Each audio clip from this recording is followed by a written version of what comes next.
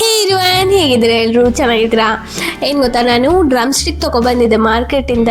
ಏನು ಮಾಡಬೇಕಂತ ತೋಚ್ತಾ ಇಲ್ಲ ನೋಡಿ. ಇದೊಂದೇ ಡ್ರಮ್ ಸ್ಟಿಕ್ ತಗೊಬಂದಿರೋದು. ಇದಕ್ಕೆ 4 ರೂಪಾಯಿ. ಸಂತೆ ಮಾಡಿ ಎಷ್ಟಕ್ಕೆ ಎಷ್ಟು ರೂಪಾಯಿ ಅಂತ ಗೊತ್ತಾಗತ್ತೆ, ಗೊತ್ತಾಯ್ತಾ? ಈ ಡ್ರಮ್ ಸ್ಟಿಕ್ಕಿನ ಏನು ಮಾಡಲಿ, ಪಲ್ಯ ಮಾಡಲ, ಸಾಂಬಾರು ಮಾಡಲ, ನಿಮಗೆ ಯಾವ್ದು ಇಷ್ಟ ಅಂತ ಕಮೆಂಟ್ ಮಾಡಿ. ನೆಕ್ಸ್ಟ್ ಟೈಮ್ ಅದೇ ಮಾಡ್ತೀನಿ. ಇವಾಗ ನನಗೆ ಸಾಂಬಾರು ಬೇಕು, ಹಾಗಾಗಿ ನಾನು ಸಾಂಬಾರು ಮಾಡ್ತೀನಿ. ಓಕೆನಾ? ನೋಡೋಣ ನಾನು ಮಾಡೋ ಸಾಂಬಾರು ಆಗುತ್ತೋ, ಪಲ್ಯ ಆಗುತ್ತೋ, ಇಲ್ಲ ಸಾಂಬಾರು ಆಗುತ್ತೋ, ಪಲ್ಯ ಆಗುತ್ತೋ, ಇಲ್ಲ ಎರಡೂ ಆಗೋದೇ ಇಲ್ವೋ ನೋಡೋಣ ಬನ್ನಿ.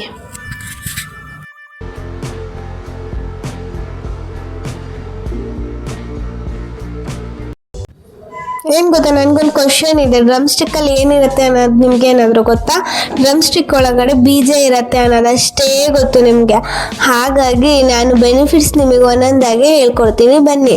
ಬೆನಿಫಿಟ್ಸ್ ಏನೇನೆಲ್ಲ ಇದೆ ಅಂತ ನಿಮ್ಗೆ ಕೇಳಿದರೆ ಶಾಕ್ ಆಗಿಬಿಡಿದ್ರೆ, ಅಷ್ಟು ಬೆನಿಫಿಟ್ಸ್ ಇದೆ ಈ ನಮ್ಮ ಡ್ರಮ್ ಸ್ಟಿಕ್. ಏನಪ್ಪ ಬೆನಿಫಿಟ್ಸ್ ಅಂತ ಅಂದರೆ, ಒಂದನೇದಾಗಿ ಆ್ಯಂಟಿ ಆಕ್ಸಿಡೆಂಟ್ ಆಗಿದೆ, ಆ್ಯಂಟಿ ಇನ್ಫ್ಲಮೇಟರಿ, ಮತ್ತು ಇಮ್ಯೂನ್ ಸಿಸ್ಟಮ್ ಬೂಸ್ಟ್ ಮಾಡುತ್ತೆ, ಹಾಗೆ ನಿಮ್ಮ ಬ್ಲಡ್ ಶುಗರ್ನ ರೆಡ್ಯೂಸ್ ಮಾಡುತ್ತೆ, ಮತ್ತು ಆ್ಯಂಟಿ ಕ್ಯಾನ್ಸರ್ ಪ್ರಾಪರ್ಟೀಸ್ ಇದೆ ಇದರಲ್ಲಿ, ಮತ್ತು ಬೋನ್ನೆಲ್ಲ ಹೆಲ್ತಿಯಾಗಿ ಇಟ್ಕೊಳ್ಳೋ ಒಂದು ಪ್ರಾಪರ್ಟೀಸ್ ಇದೆ. ತುಂಬಾ ಚೆನ್ನಾಗಿದೆ ಎಲ್ಲ ಪ್ರಾಪರ್ಟೀಸು. ನೀವು ಟ್ರೈ ಮಾಡಿ, ಹಾಗೆ ಡ್ರಮ್ ಸ್ಟಿಕ್ ತಿಂತಾ ಇರಿ. ಬನ್ನಿ ರೆಸಿಪಿಗೆ ವಾಪಸ್ ಹೋಗೋಣ.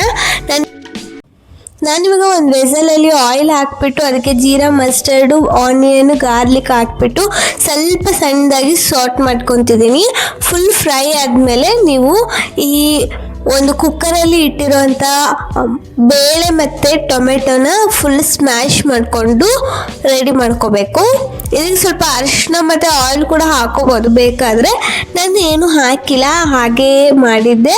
ಸೊ ಇದನ್ನೆಲ್ಲ ಸ್ಮ್ಯಾಶ್ ಮಾಡ್ಕೊಂಡಾದಮೇಲೆ ನೀವು ಇದಕ್ಕೆ ಹಾಕಬೇಕು, ಅಂದರೆ ಸೋಟ್ ಮಾಡ್ಕೊಂಡು ಇಟ್ಕೊಂಡಿರ್ತೀರಲ್ಲ ಅದಕ್ಕೆ ಹಾಕಬೇಕು. ಹಾಕಾದ್ಮೇಲೆ ಫುಲ್ ಮಸಾಲಾಸ್ನೆಲ್ಲ ಆ್ಯಡ್ ಮಾಡಿಬಿಟ್ಟು ಫುಲ್ ತಿರ್ಸ್ಬಿಟ್ರೆ ಆಯಿತು. ಅದಕ್ಕೆ ನೀವು ವಾಶ್ ಮಾಡಿ ಕಟ್ ಮಾಡಿ ಇಟ್ಕೊಂಡಿರೋಂಥ ಡ್ರಮ್ ಸ್ಟಿಕ್ ಹಾಕಿ ಸ್ವಲ್ಪ ಟ್ಯಾಮ್ರಿಂಡಿಂದು ರಸ ಹಾಕಿಬಿಟ್ರೆ ಮುಗ್ದು ಹೋಯ್ತು, ಸಾಂಬಾರು ರೆಡಿ. ಬಿಸಿ ಬಿಸಿ ಸಾಂಬಾರು ನಿಮ್ಮ ಜೊತೆಗೆ ನನ್ನ ಸಾಂಬಾರು ಹೇಗಿದೆ ನೋಡಿ, ಚೆನ್ನಾಗಿದೆಯಾ?